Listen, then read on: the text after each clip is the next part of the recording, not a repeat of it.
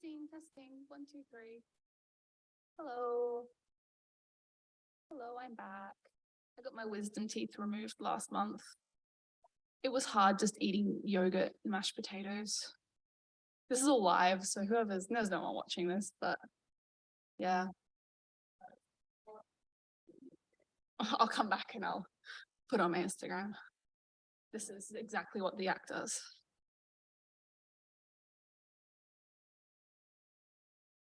Yeah, I don't understand why.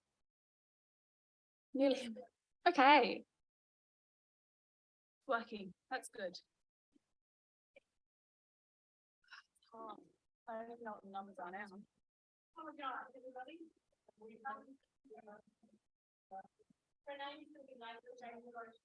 Yes. I have a forum. Sandy. I'm not heard from them, so you can text them, but that's right, they're probably on their like sometime late. So I'll say that's late. Yep. Back a bit more.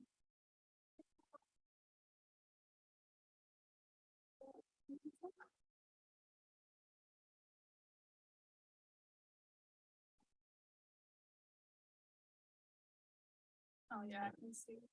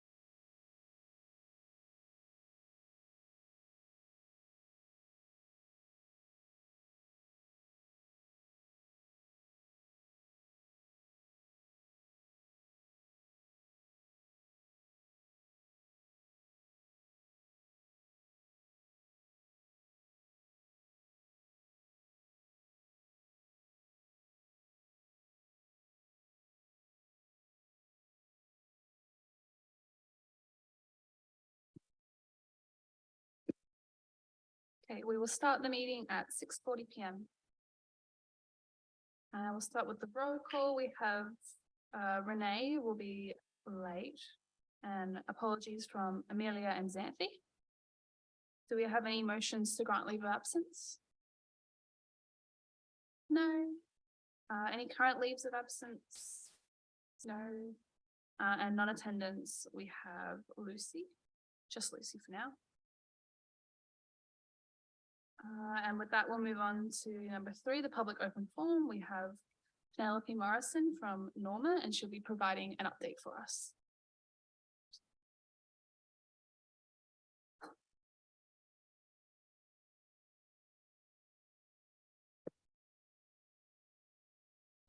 Can you hear me? Yes, you're good. That's fine. Brilliant.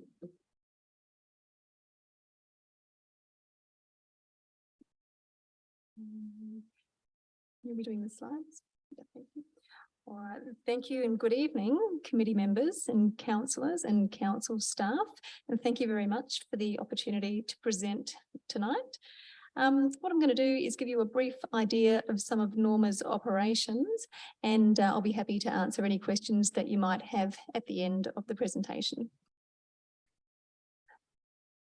If we could have a next slide. Thank you. So look, Norma stands for the Northern Adelaide Waste Management Authority, and we're a subsidiary that's part owned by the town of Gawler. The other two part owners are the city of Playford and the city of Salisbury. And we've been around since about the 1990s, and we exist to provide waste management and resource recovery or recycling services for the populations in the north of Adelaide or within those 3 council areas. So to give you some detail, we're the people that are responsible for the curbside bin collections and the processing of the materials that we collect in those. We also have a material recovery facility, which is a big facility down at Edinburgh, where we collect and we sort through the contents of the yellow lid recycling bins. Now, this is the only operation in South Australia that's run by a local government. There's some other local government organisations that also have MRFs, but we're the only ones that actually run our own as a local government organisation. We offer the hard waste service, and you'll know that's been around in Gawler for the last couple of years, where everyone's entitled to have materials collected from their properties or to take them to one of the recycling centres for free once a year.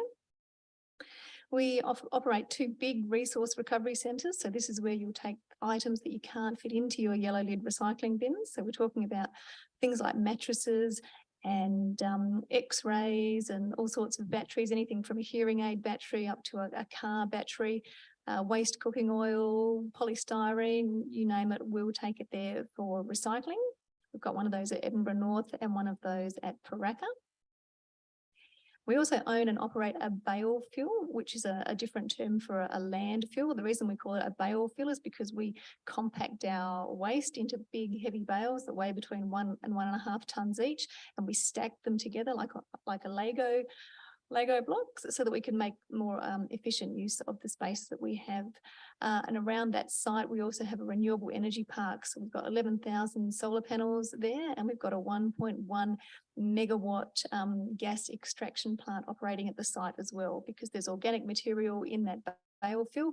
When it decomposes in a non-aerobic environment, it produces methane, and we certainly don't want that methane being released into the atmosphere because we know it's a potent greenhouse gas. So we suck it out of the bale fuel and we run it through a generator, spin some turbines and make electricity from it. So there's enough electricity coming out of that site to power around about 1,900 homes a year. And the final thing we do is that we have a circular economy themed education centre, and we run a lot of community-based activities.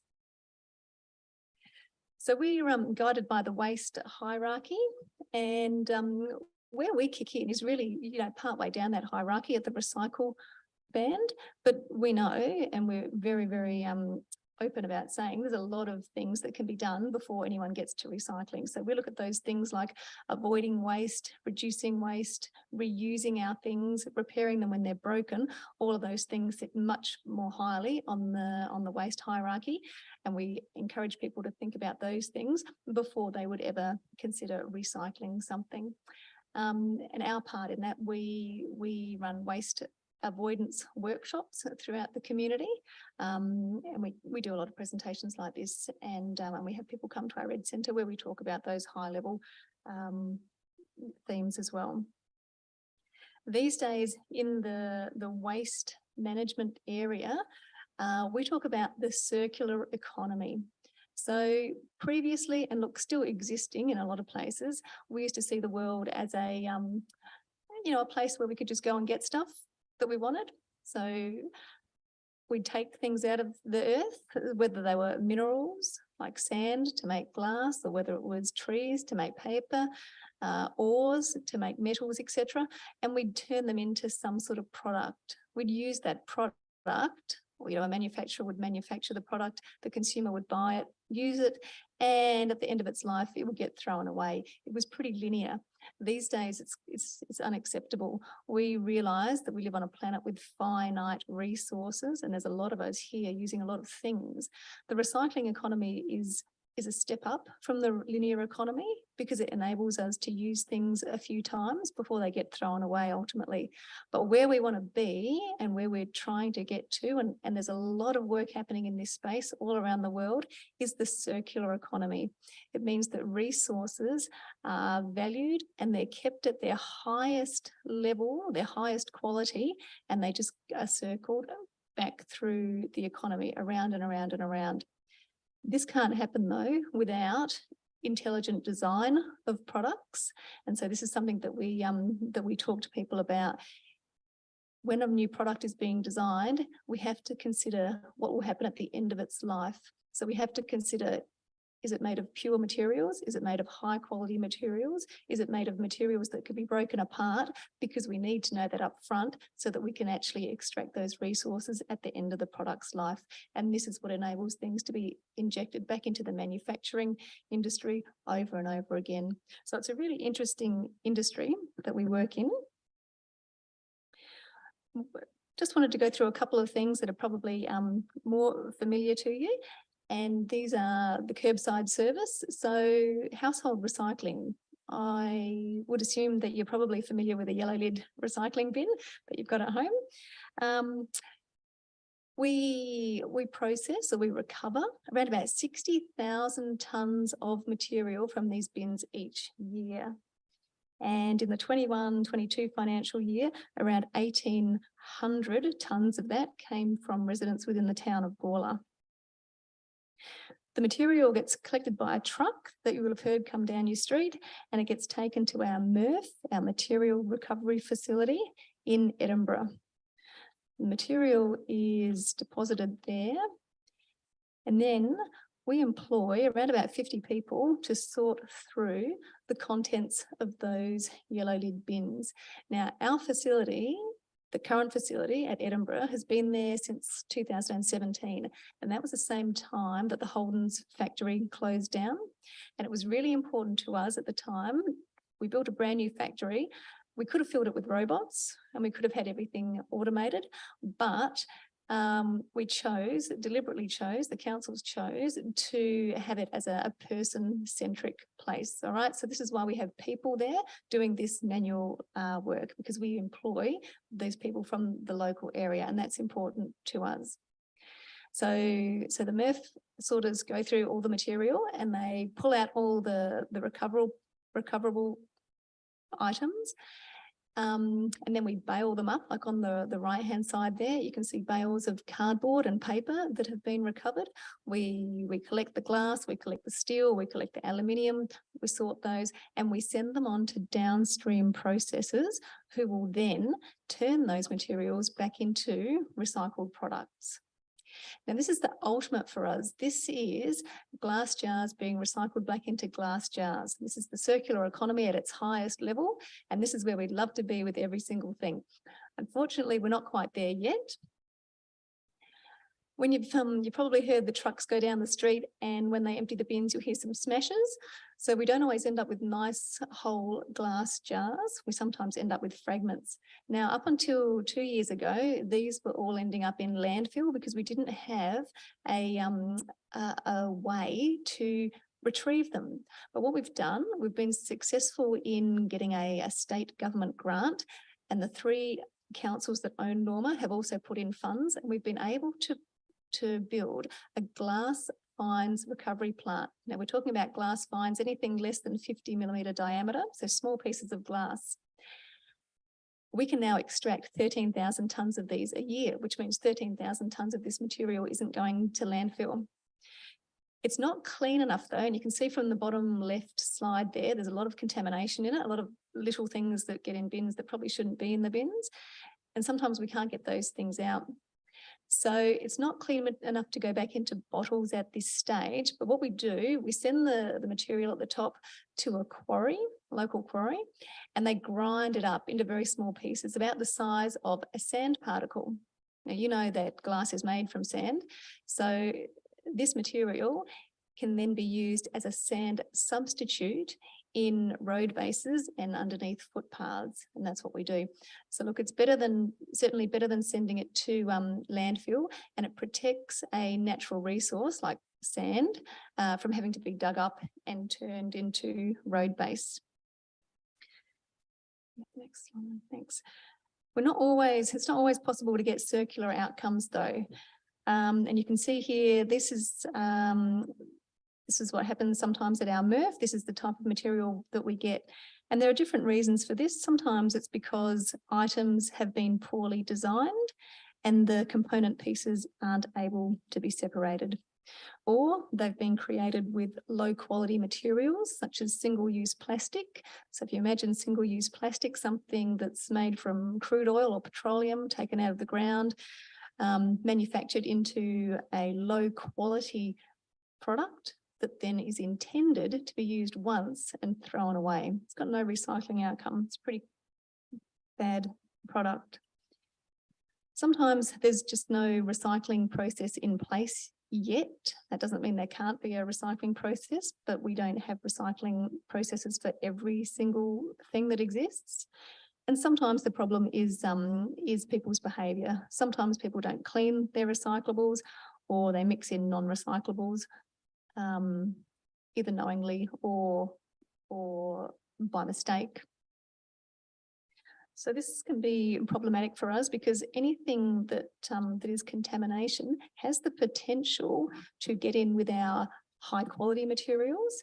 And if we contaminate our high quality materials, we can't recycle them. So a message that I'd like to impart with you tonight is it's really important what goes in those bins, and that's the correct items, and that they are not 100% shiny and clean, but at least they're clean. You know, we don't have jars full of food and things like that going through there. I just wanted to mention to you a word about soft plastics, because you may have been collecting those and recycling them through Red Cycle. Unfortunately, that program was a really interesting program set up by one person who thought, you know, soft plastics are terrible because of the types of things they do on the right-hand photo there. And so she decided to do something about it. So she made a company that would recycle them. We all know what happened. She started ending up receiving soft plastics from the entire country. Okay.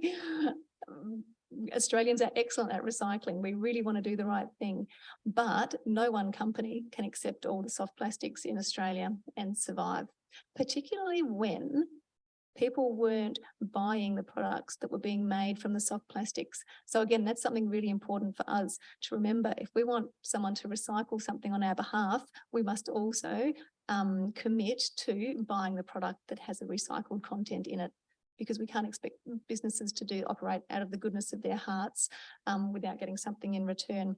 So look, that program's on pause at the moment. And so we have to say to people, please don't put this material into your yellow lid bin, because it's a major contaminant. It gets in with our paper stream. And if we get too much in there, then it's problematic. We can't sell our paper. All right. So unfortunately, this one has to go in the red bin at the moment. Better than that, though, is avoiding the stuff where possible, that really high level on the waste hierarchy. If we can't avoid it, there's alternatives. Not sure if you've seen these, but seaweed-based packaging, for example, can do the same thing that soft plastic can do. The only difference is you eat the packaging as well. And should be another one. Yeah, and you will probably have seen these before as well. So they look like plastic bags, but they're 100% certified compostable. And the reason being is because they're made from corn starch. Okay, so instead of being made from petroleum, they're made from a plant-based product, corn starch, which means at the end of their lives, in humid and warm conditions, they'll break down into carbon dioxide and water. So you won't have any microplastic contamination. Just one other thing I wanted to mention as well while I'm here is the Food and Garden Organics curbside service. Now this one, the council was good enough to remove the upfront purchase cost for bins last July. So you see anyone in the town of Gawler can participate in this service free of charge these days. We've got two size bins. The ones on the right are made from 100% recycled curbside bins. So that's a nice circular economy story there. Again, in the 21-22 financial year, we recovered around about 3,000 tonnes of material from households within the town of Gawler. And importantly, I just wanted to show you what can go in these bins. So the town of Gawler's declared a climate emergency in 2019 and recognises that urgent action is required to address this. Through the Climate Emergency Action Plan, Council proposes to decarbonise its operations by 2030. One of the very best ways that we can have an impact on individual and community greenhouse gas emissions is through our diet and behaviour around food. So, as with all resources, buying what we need to reduce the amount of waste that we make, but disposing of food waste is also incredibly important. And I touched on that before when I said the organic material going to the Ullebury landfill. It's an anaerobic environment, so it breaks down and it turns into methane.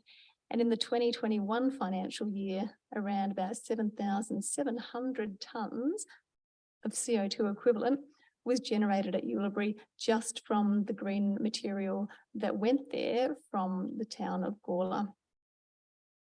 So it's something that we can do to easily avoid those emissions. Anyone participating in the service will receive a free bin as well as the bag of compostable liners, and those now you can buy those from the shopping centre. And if you go to Woolworths, not Coles, you can get them free from the fruit and veg aisle. So Woolworths provide compostable liners for their fruit and veg. Coles provide a green bag that says 50% recycled plastic. So again, you've got to read the fine print and look for that logo. So that logo, AS4736, something that's stamped with that means that it complies with the Australian standard for compostability. Now, you might know these people, they're local Gawler people, and they're on all of our promotional material, but they're doing a great job there. So after they've collected their food waste in their ventilated kitchen caddy, they're putting it in their green bin. And we encourage people to do this. Whether you've got the compostable bags or not, you can just throw it in. It doesn't need any wrapping. You can put it in newspaper. You can just put it in there free. We're going to empty the bin and we're going to send it to a big industrial composting facility. All right. And that's the reason that you can put things in the bin that you wouldn't put in your own compost at home. So you can put in there like things like meat bones or onion peels or egg shells or cooked food, rice, bread, all of those things, any of those things, it's fine to put in the green bin. And we would love it if you would, speak to as many people as you can about that. I know that you're all active in the community, so if you can spread that message for us, it's really, really important that we keep that stuff out of landfill. That would be great. So just lastly, I just wanted to extend an invitation to yourselves to, we'd love to see you at our education centre and our material recovery facility down at Edinburgh. It's a great opportunity to learn more about the circular economy and see our operations firsthand. And also we have internships available. So we'd like to host uni students to do small projects if that's something that's of interest to any of you as well. Thank you very much for your time. Awesome. Thank you, Penelope. Do we have any questions?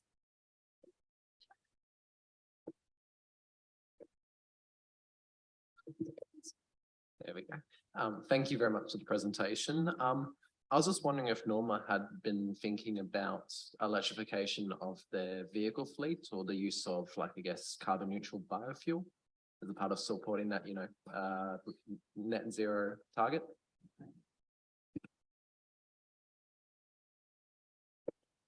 Through the chair, thank you. It's an excellent suggestion. Unfortunately, no, we haven't. The answer is no.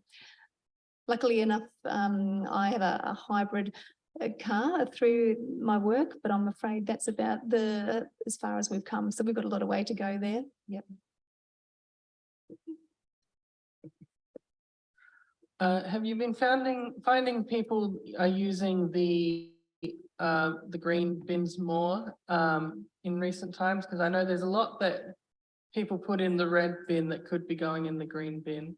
I'm just wondering if there's the awareness has been raising about various things, because there's obviously, I mean, I think pizza boxes are a great example of like something that could theoretically go in any of 3 bins, depending on how, you know, how you're like, oh, I don't know which one this is, but you know, if they understand it goes in the green bin, I think that's helpful.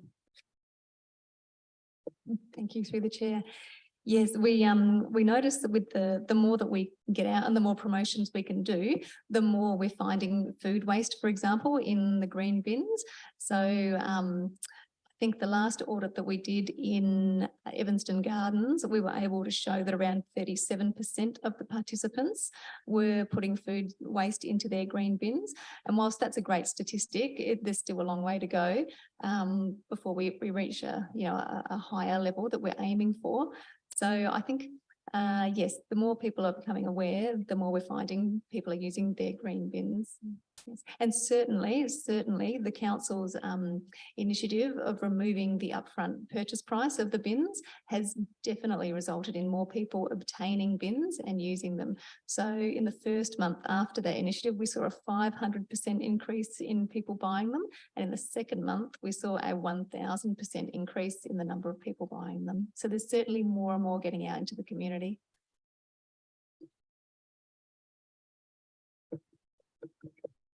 Thank you. Thank you for the presentation. I just had a quick question about a specific material recycling, because it always stumps me. Coffee cups, as in coffee cups you get from a coffee store. There's some now that you see that are biodegradable, or the lid of the cup, they might be different. So should they go in the green bin then, or what? Because I always don't know whether to put them in the yellow bin or the green bin, because it feels funny putting them in the green bin. But where should they go? Through the chair. It's a really complicated question, and it shouldn't be. It should be really easy, you know. Anything with that stamp, with that little leaf logo, is fine for the green lid bin, right? Having said that, often those coffee cups will see that the base is made of one material and the top is made from another material. So generally speaking, the lids are plastic and should be containerized into a clear plastic bottle inside your recycling bin or put into the red bin. And if the base of the coffee cup is stamped with the leaf logo, it can definitely go into the green bin. But make sure you have a look, because for a container to be waterproof, even if it's made from cardboard, it quite often has a plastic lining. And that's where the greenwashing gets really, really difficult, because sometimes people will put a pretty picture of a leaf or a plant or something and say, you know, we're environmentally friendly, but there's no basis to that claim. So unfortunately, it's a case-by-case basis. Yeah. But I did notice that someone in Adelaide had made edible coffee cups. So if you can find those, go for those. At least we know what we can do with those and that they're, you know, environmentally friendly. There's always a better design. There's always some, you know, good design out there. Look for them if you can. Any other questions? Well, with that, thank you, Penelope, for coming, and I'm sure we all learned a lot today. Thank you. My pleasure. Thank you for having me.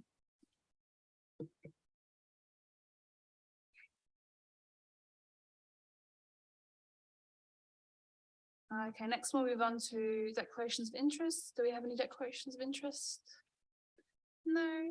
Okay, and we'll move on to the confirmation of minutes. Has everyone had a chance to read the minutes? Yes.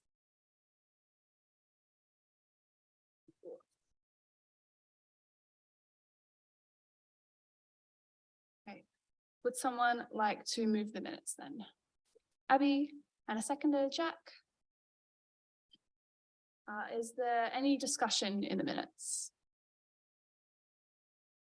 No, okay, then all those in favor, please show your hand. Carried unanimously.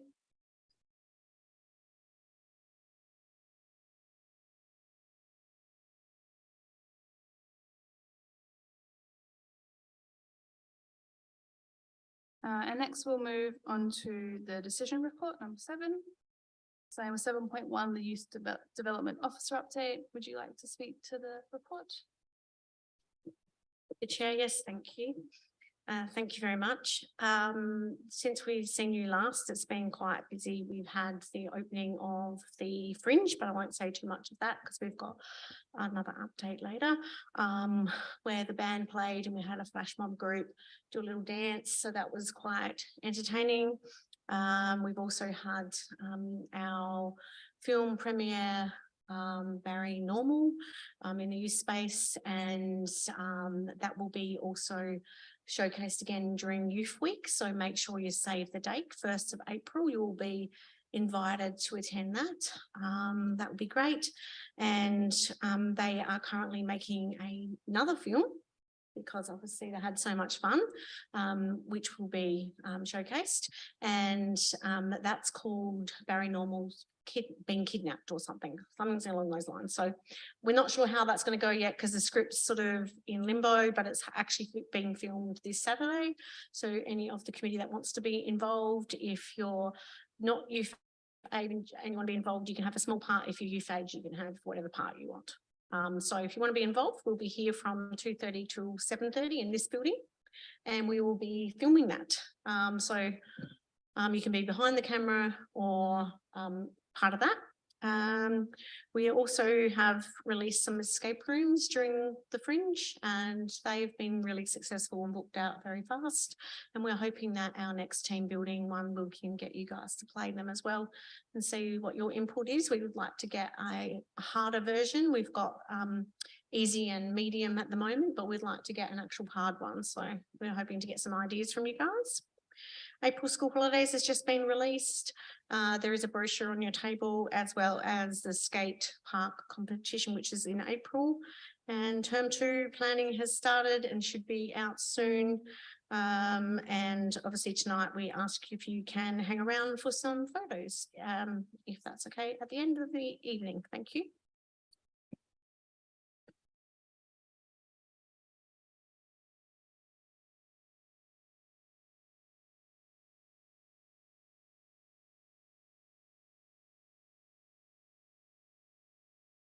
Okay, do we have any discussion in regards to the officer's recommendation? Check. Could I throw my name down for the July Gen Now column, if possible? Oh, sorry. Through the chair, yes, you can. Thank you. We are looking for people. We do need someone for next month, which will be due in about a week and a half. So if someone's keen, we'd love that to happen as well. Otherwise, yeah, we'll keep looking, but if you can, that'd be great. Thank you. Okay, any other discussion? No, then I'll ask for a mover. Emerson, and a seconder, Darcy. All those in favour? Carried unanimously. We'll move on to 7.2, appointment of members. We have an expression of interest from Abby Palmer. Either would you like to speak to the group or have either Abby Dale or Emerson speak on your behalf? You want Abby to speak on your behalf? Sure. Thank you, Jay. As we all know, this is Abby. She is interested in joining the Gawler Youth Advisory Committee to learn to speak confidently in front of others and members of the public. And she's interested in having a say in the youth programs and I guess the decisions made by the town of Gawler. She's currently a youth space member and attends the programs weekly. Being a part of these has allowed her to make some new friends and find a place to grow. She loves to continue doing this and she would like to give young people a voice in our community. Awesome, thank you. Does anyone have any questions for Abby? Abby, what school do you go to? Oh, I see. Local. Does anyone have any discussion in regards to the appointment? Then well then, Abby, I'll ask you if you could leave the room, just step outside, someone can walk you out. Maybe Darcy, do you want to close the door behind her? Yeah. We'll invite you back in after.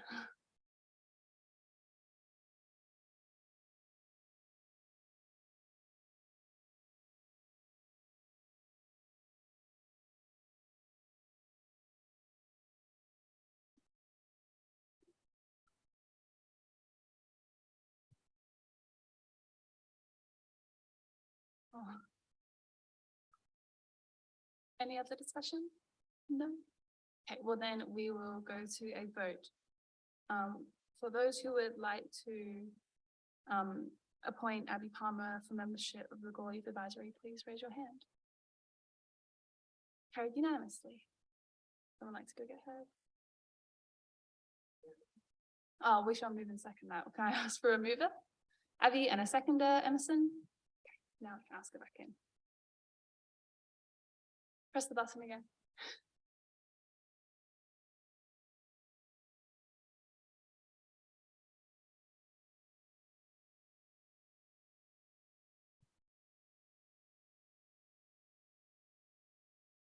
Okay, welcome back.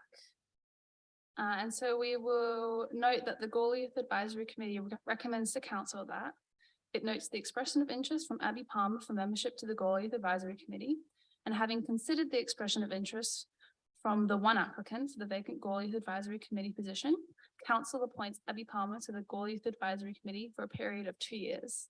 So hopefully next year you'll be sitting at next term, month. Next month, you'll be sitting up here with us, not next term. 2 years, you got 2 years with us. Been a while since I've done this. Okay. And with that, we will move on to item 8, items listened for discussion. 8.1 is the chair's verbal update. I do not have anything to update on. I have not had any meetings with the mayor since her reappointment. Hopefully there'll be one this month, but the last month's one was cancelled despite the Gyac meeting, so I have nothing to update on. We'll note that 8.2 should be removed for the next meeting, as that is the SEEP, and that is no longer existing. Yeah, as a yeah. Okay. 8.3 is the youth advisory panel update. Amelia is not here today, so we will move on from that. 8.4 is the Gawler Youth Accessibility to Transport. Jack, would you like to speak to this? I have no update on this one. Okay, then. I do have an update on the 8.5. Yeah, then we'll move to 8.5 on Bike Month. Sure. So recently, the Gawler Environment Centre, the Gawler Youth Advisory Committee and the Transport Action Network, the group in Burns and Unley that helped run the Youth Bike Accessibility Forum last year, met with Mayor Redmond to discuss the findings from the report, which I have now noted that I haven't shared. So I've made a note now to share it on Facebook, and I'll do that tonight. Apologies for that. And to determine some potential outcomes for the group to work on in the next couple of months. Discussion was primarily focused on safety, given that cars are obviously around school zones are a significant problem, and it sort of does hinder any uptake of active transport in Gawler. So we are now starting to have discussions with internal staff members of Gawler Council to sort of identify what can we as Youth Advisory Committee, the Gawler Environment Centre or the Transport Action Network do to help promote or make some advocacy efforts towards changing road rules and improving safety so that way people can jump on their bikes and utilise the access that it provides them in the town of Gawler.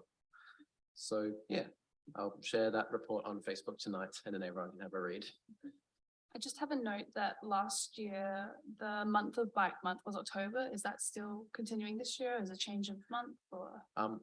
Would like it to continue in October. I just missed the deadline for the motions this time around. So next time I will. Okay, we'll take note of that then. Okay, do we have any questions for Gyac? Any discussion on the item?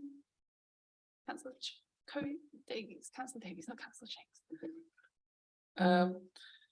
Yeah, so just in regards to the accessibility to transport, I was talking to people earlier, including the mayor, about just the future around Gawler Central train station.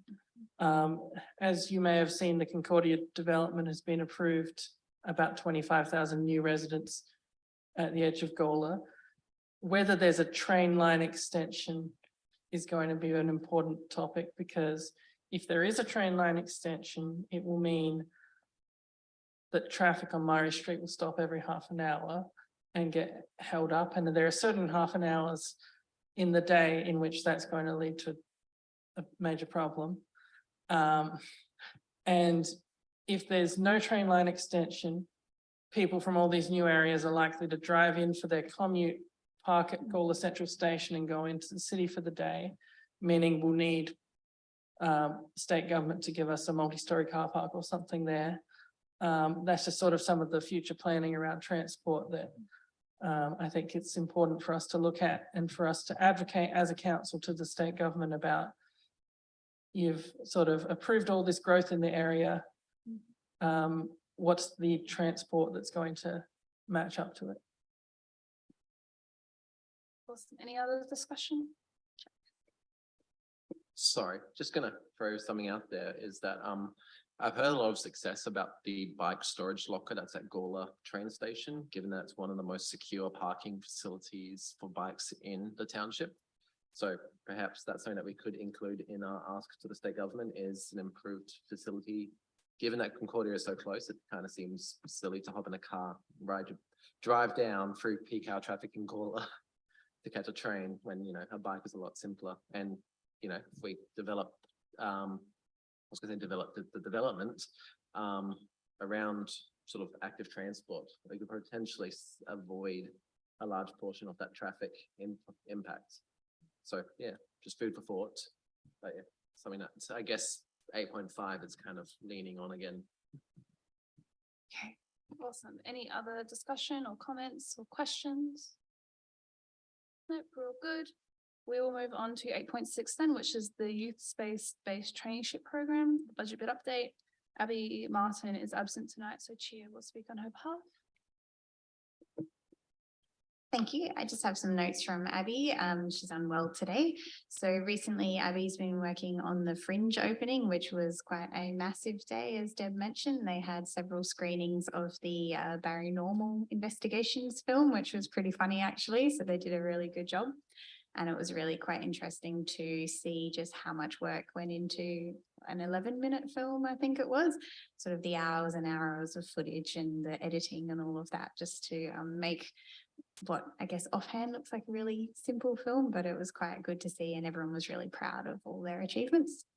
They had the band playing at Gawler Fringe as well, which was, I think this year we weren't struck down by COVID, so in terms of Fringe opening, so that was good. The escape rooms, as Deb has mentioned, Abby's also working on the Fringe in the Park, which is this Saturday. So it's another big day for the youth team. They're doing Fringe in the Park in the morning and then filming till 7:30 in the evening. So it'll be a massive Saturday. Abby's progressing through her study towards her certificate. Her traineeship does end in May. So as the committee is aware, that was a budget bid from the committee and it was just for a once-off fixed term traineeships. So at the end of it, we'll be doing a review, Deb and I, to see what value that brought to the youth space in the youth program, how many extra programs we were able to run and assess it. And then it would be up to the committee or the council to see if they wanted to renew that or just leave it as a once-off opportunity. But it's been a good thing so far. And we'll have a review report coming to the committee probably for May for that one. Thank you. Thank you. Any questions or discussion? Councillor Davies? Yeah, so just from a councillor perspective about the youth traineeship, we're already in our budget discussions for this year, which by May will be wrapping up the final decisions on the budget. So it might be that the timing is that we might, even if we have another traineeship, it might be a year between them, depending on how it goes. But you know, if that happens, then we can let the Gyac know and sort of work towards getting that back in as a budget bid. I just have a question as well. Oh yeah, if you'd like to respond. As Cody would know, the budget preparations come around really quickly anyway, so staff generally need to have theirs in by the end of the calendar year. So even if we don't make it in time for this budget cycle, we'd be working on it and having things prepared sort of fairly soon thereafter. I just had a question as well regarding, I know we had an original trainee that was no longer able to participate, and now we have Abby. Was that budget bid that included his initial start as well? And yes, originally it was an 18-month traineeship. Our first trainee, Gyac, was with us for only a short amount of time, maybe 3 months. So we were able to recruit again pretty quickly and have the certificate. The study period was still suited, so it's all through that one bid. Yeah, that's good. awesome, thank you. Any other questions or discussion? No, all good. And with that, we'll move on to an 8.7, which is a new item for tonight, but we'll request to add it to the agenda for the next meeting. This is the youth programs update, and Abby and Emerson, would either of you like to speak to this? Abby, you would? Cool. Thank you, Jay. In the youth space, it has obviously been quite hectic because of the fringe. There's been a million different programs running and lots of new people coming in, which has been great. In drama, we've been playing our usual improv games, in which have assisted us in building confidence, performing in front of an audience. It's also increased our ability to quickly adapt to different situations and has also built our public speaking skills up a bit more. We've also recently been introduced to script reading and better analysing particular characters in said script. The analysing we've been doing has focused on the physicality, personality and characters' morals, and furthermore how we can best express these characters if we're performing. And in band, we've been practicing a few new songs. We have a few new members, which has also been great. And we have been reflecting on our fringe performance and how we can improve our best in the future. Awesome. Any questions or discussion? Nope, all good. We'll move on to point 9, items listed for discussion. Items for discussion at future meetings. Is there any items for future meetings? Any discussion or anything to add? Nope, we're all good. We'll move on to 10, questions without notice. Cody. Our newest recruit mentioned public speaking and that sort of thing. Is there the possibility for some, upskilling, some training sessions or that kind of thing that the Gyac could get involved with? Through the chair, we can definitely look into that. Drama's definitely doing that, and they are going to be doing a performance towards the end of the year. So any other Gyac members that want to be involved, even if it's a small part, as I mentioned, even the filming opportunity, it's all those type of things. And Abby Palmer has also, she's been involved in drama. So she's one of our drama people and she's been in our first film and about to be in our second one too. So it is all those skills that people are looking for. And drama has become an important part of our programs at the moment to help us with those, but we can definitely look at a training, formal training, if that's what you want as well. Any other questions? Check. Just had a question regarding the designation of school zones for like road infrastructure. I was just kind of curious if there's like a set distance that school zones can only exist for that sets the speed limit, or if there is like just more of like a developer's rule of thumb.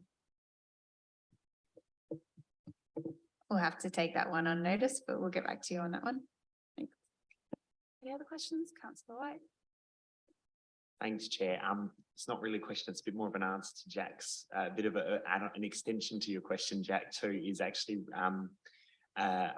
recently last week's meeting, council approved that there will state government will be developing a pedestrian crossing on Red Banks Road out where Xavier College students walk across. So if you ever been past that point at the end of school, at the end of the school day, you know that almost 1,000 students walk over the bridge towards Gawler, and then they will cross, a number of them cross at the roundabout towards like Dawkins Road if they're walking up to Hewitt or around the roundabout. And at the moment, there's no pedestrian crossing there, so it's quite chaotic and it is very dangerous. And also the speed limit is 50 and 60 around that area, so it's not 25. So I don't know if that was the point you were referring to, but I think that potentially maybe might be worth following up too. But also some good news from that is that there is going to be a pedestrian crossing installed, which should hopefully be completed either in the coming school holidays or in July, which will make that whole area definitely a lot safer, because this crossing a road where there's 2 lanes of traffic, you actually have that island in the middle so that students will be able to stop in the middle and look again. So that is some good news, but I'll add to the voice of your question, because as a real life example, that could be a great zone that could be 25 when children are present, for example. So yeah, I don't know if that was really a question, but maybe just an extension of Jack's. Cool. Yeah, that's one of the points that we had that discussion with that meeting with the mayor last week, was about Red Banks Road being such a problem, and especially with I guess the speed zone playing a role. And I guess like some are Trinity students, so I only sort of know Trinity, but also the like you have students leaving school and they walk a fair distance to get home, but the school zone 25 limit only exists for so far. Yet, you know, once it's kind of passed, it's kind of like a free for all from there on. So it's just kind of wanting to raise the question of, you know, how can we improve the safety for students leaving school? How can we make that area safer? Because parents with kids in the cars, parents trying to get out of terrible traffic, and then you have kids trying to get home crossing streets. It's very dangerous. And from pedestrian, former students, and someone that rides their bike around school zones trying to get home, it is, yeah, something that should be reviewed. So yeah, thank you. And very exciting about the crossing. Any other questions, comments, discussion? No, then we'll move on to number 11, motions without notice. I think Jack had something. You had a motion without notice? Oh, that was your question. Okay, cool. Any other motions without notice? No, okay, then we will move to the close. It is 7:28 p.m. and we will officially close the meeting. Our next ordinary meeting is the 3rd of April. And if anyone has their Gore youth shirts, we're gonna hang around and do a photo. Cool, thank you all.